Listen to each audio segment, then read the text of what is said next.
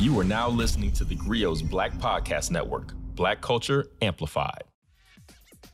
There are some losses in the Black community that it's really hard to come back from. There's the time when One Shoe Reggie lost that foot race to White Boy Joe. Set the whole community back, eons, decades even. Because see, we're the fastest. Then there was the time when Matt McClung won the slam dunk contest during Black History Month at NBA All-Star Weekend. He did that. Wow, what a way to go out. But there's no loss that stings more, that's more pressing and more prescient and sits deeper in the hearts of Black America than the loss that happened on what I'm guessing is the one day that it actually rained in Southern California. This ain't fair. Y'all cheated. Y'all stole our moves. You're just mad. Because tonight you suckers got served. This is Dear Culture, and these are significant moments in Black history.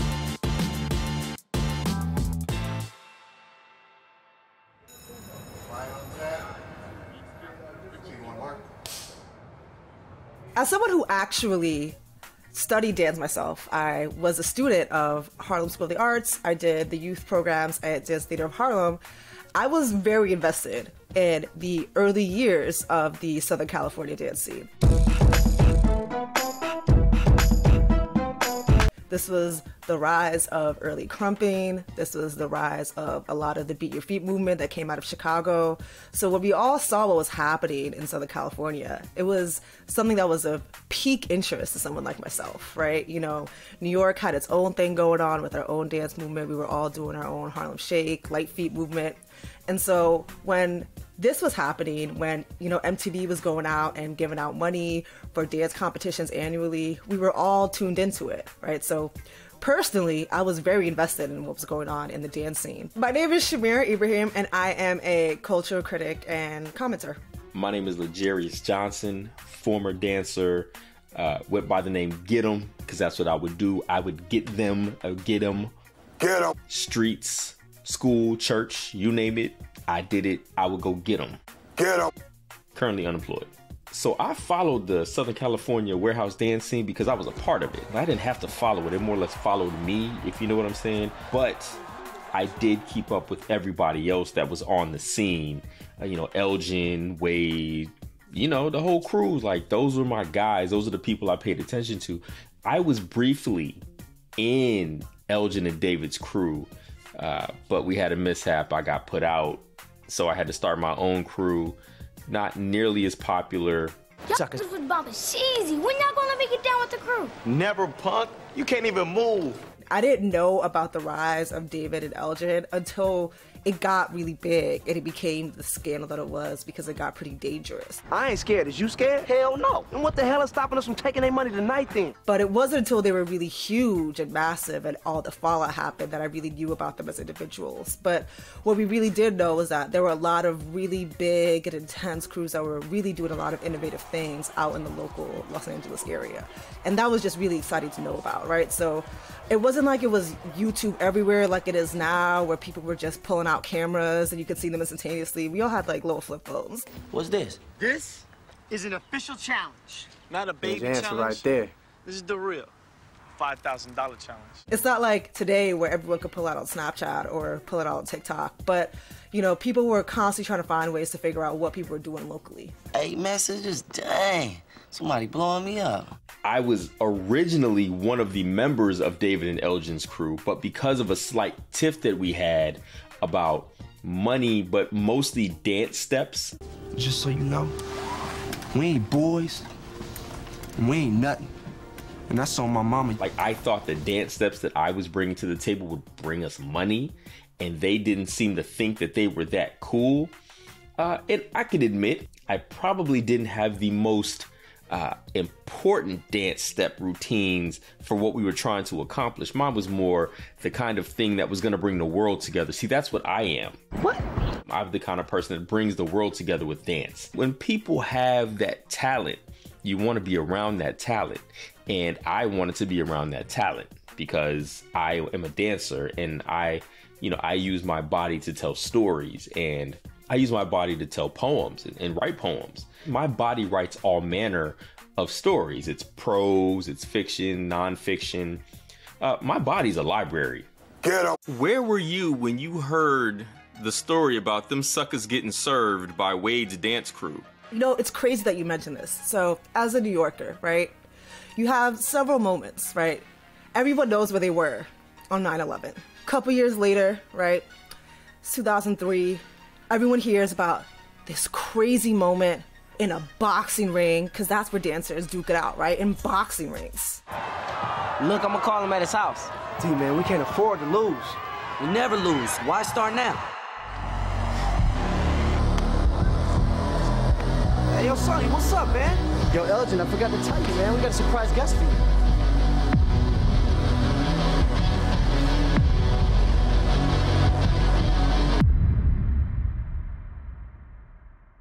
Let's do this again sometime. We'd love to take your money. Again.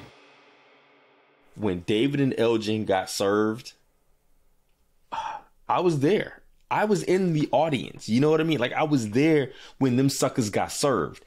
It was fugazi. They got cheated. You know what I'm saying? Sonny switched sides. You know, he flipped sides and he gave Wade and them all the moves. Everyone gets together, they squab it out. They do a dance bars, bar for bar, 8 count for 8 count, right? That's what the streets are telling each other, right?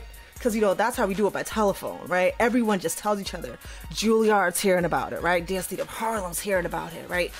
Ailey's hearing about it. So it was an emotional time because we saw it happen in real time. It's like, you know, the world slowed down. Like all these dance moves, they're dancing. You know, people, you remember where you were when significant events happened. Like, I know where I was when Ricky got shot. Ricky! You know what I'm saying? I know where I was when Randy Watson sang The Greatest Love of All. You know, I know where I was when Akilah won the spelling bee. Pulchritude. Congratulations, Akilah. And I know specifically, I know where I was standing. I know what I had on. You know what I mean? I know what I was wearing when David and Elgin got served. You know what I mean? And it still burns in my heart today because They taking all our food. it just wasn't supposed to be. You know, it wasn't supposed to be that. And it was that. And when something is what it was, that's what it is. Got your ass whooped tonight, but I done seen y'all whoop a many ass right in this same place. So you gotta realize that this is a really tense time for the Black community. Black on black crime was allegedly at an all-time high, right? No snitching was still principal, all-time G code. And here we are watching brothers in the dance community declare war on each other over a couple racks. What happened? Man, you left me out there hanging tonight. That's what happened. And I gotta be honest with you, man. I didn't think there was no coming back from that. Like, the community was despondent, run amok. They didn't land on Plymouth Rock. It was like Plymouth Rock landed on the community. We were all split on this one. Everybody was fighting, you know, infighting. People were upset that, you know, people wanted to ride on Wade, but other people were like, yo, David and Elgin should have known better. You know what I'm saying? Like, them suckers got served and they should have known better. We don't really think about what a small ripple can start, but when you look upon what one small moment of violence, what one small fissure can start. Disrespecting me by putting your Go hand. home. What the hell's wrong with you, man? Those two longtime friends who considered each other's brothers turned on each other upon a small trophy, right? And yes, they thought it was life-changing money at the time. We gotta tell the crew. We'll tell them the night after the battle. We about to get this paper done. But it really led to the Black community just really setting a standard of turning on each other in entertainment. Really a tragedy. And then David don't show up for Elgin, and then next thing you know, they beefing and the crews is splitting.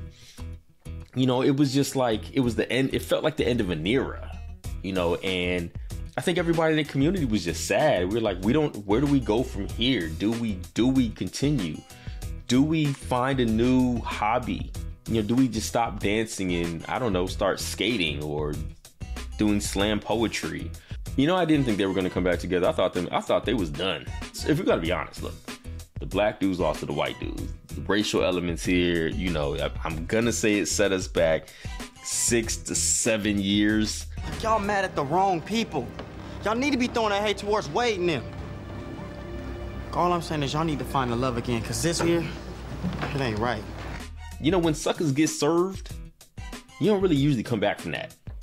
Which makes the story all the more triumphant because they did. Like, I didn't think they were going to come back from that, but they figured it out. They did come back from that. And I mean, we're all better off for it if you're real about it. Like, we are all better today because of what happened in the aftermath. Time, part of the thing that brought them back together was the death of Lil Saint. So, you know, not that I wanted the little homie to pass on, but he sewed up a community. A tragic story of a young, neglected black youth who really just didn't have that much structure in his life. Looked at some young black men who really needed their own mentors, right? But they were all caught up in a really ill-fated dream of chasing what they thought was black capitalism, what they thought was their own vision of success.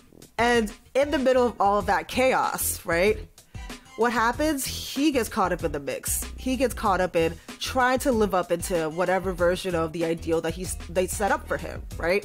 And so it's a very deep tragedy that such a young black man who was probably on his way to a great charter school in the Los Angeles area, right? But instead, we have to deal with the fact that those few $1,000s were all that they were chasing for, and he was left in the background.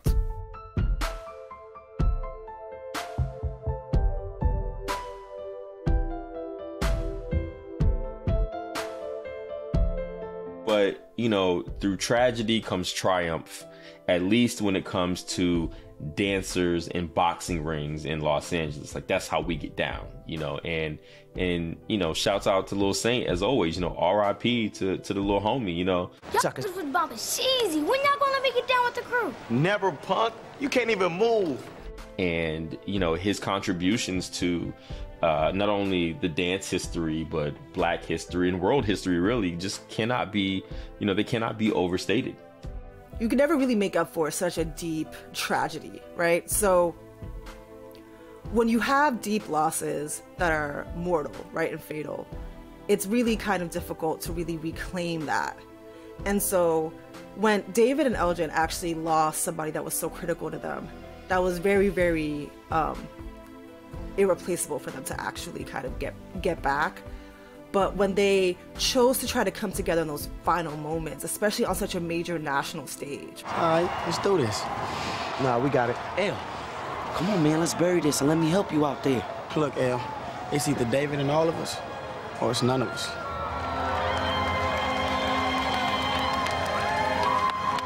It was a chance for them to honor Lil Saint, not necessarily to potentially win something, but really showcase why Lil Saint had even admired them for so long. As a community, to this day, when people want to actually step onto a stage, we consistently say, we got to do it for Lil Saint, to honor him in his memory, because that is how we stand together as a black community in the dance world. Lil Saint, this one for you, baby! I'm proud to have been associated with David and Elgin, and I appreciate everything that they brought to the dance table. They were the dance table, you know, without them, there's no table to dance on.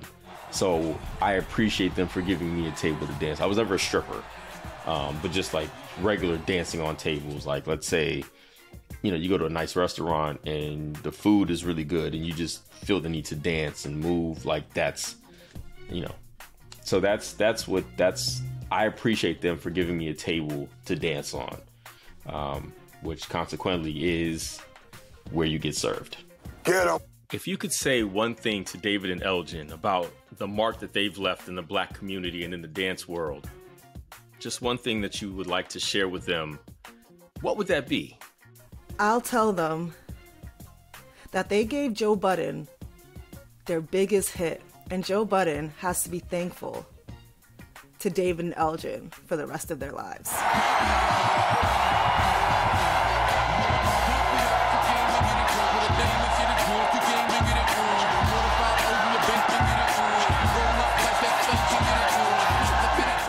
Y'all just mad, because today, you suckers got served. Sir. Sir. Sir. Sir! Sir! Sir! Sir!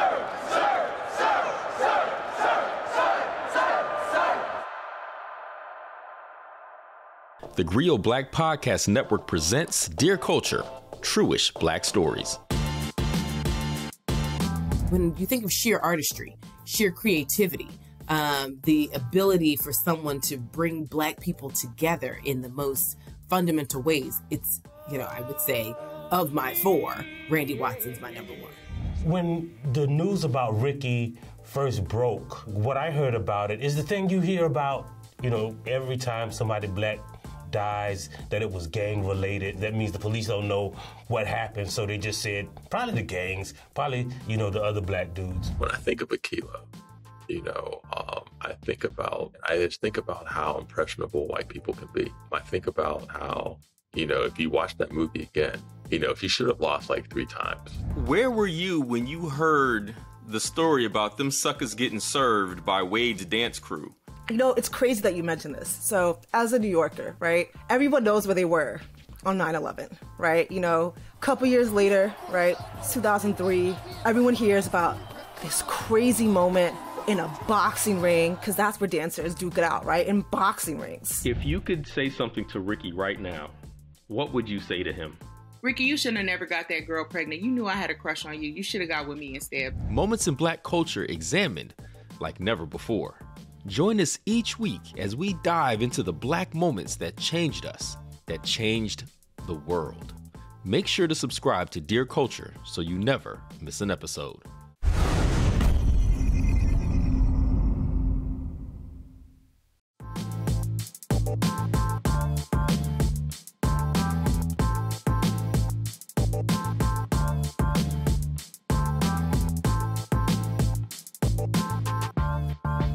Started this podcast to talk about not just what Black writers write about, but how. Well, personally, it's on my bucket list to have one of my books banned.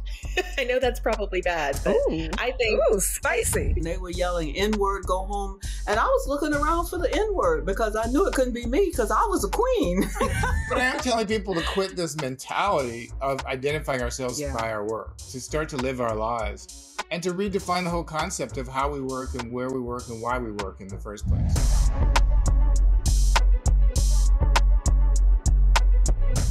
My biggest strength throughout my career has been having incredible mentors, and specifically Black women. I've been writing poetry since I was like 8. I've been reading Langston Hughes and James Baldwin and Maya Angelou and so forth and so on since I was like a little kid. Like the banjo was blackity black, right? For many years. Everybody knew. Because sometimes I'm just doing some Sam that because I just want to do it. An honor to be here. Thank you for doing the work that you're doing. Keep shining bright. And like you said, we gonna keep writing Black. As always, you can find us on the theGrio app or wherever you find your podcasts.